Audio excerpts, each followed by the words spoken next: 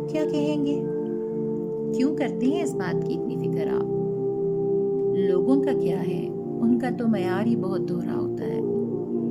मक्खी जब चाय में गिर जाए तो वो चाय फेंक देते हैं, लेकिन वही मक्खी अगर देसी घी में गिर जाए तो कभी भी उस देसी घी को नहीं फेंकते। लोग अपने मफादात को देखकर रसूल और आदाब का ढोंग रचाते हैं। सामने वाले की ताकत और हैसियत देखकर ये फैसला करते हैं कि इससे बात कैसे की जाए।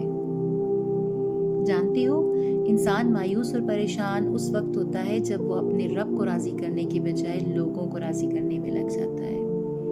मत करें फिक्र कि कौन क्या कहेगा। यकीन माने, ये कभी आपसे खुश नहीं होंगे। बस आप अपने रब को राजी करने में लग जाएं। छोड़ दें ये फिक्र कि लोग क्या कहेंगे।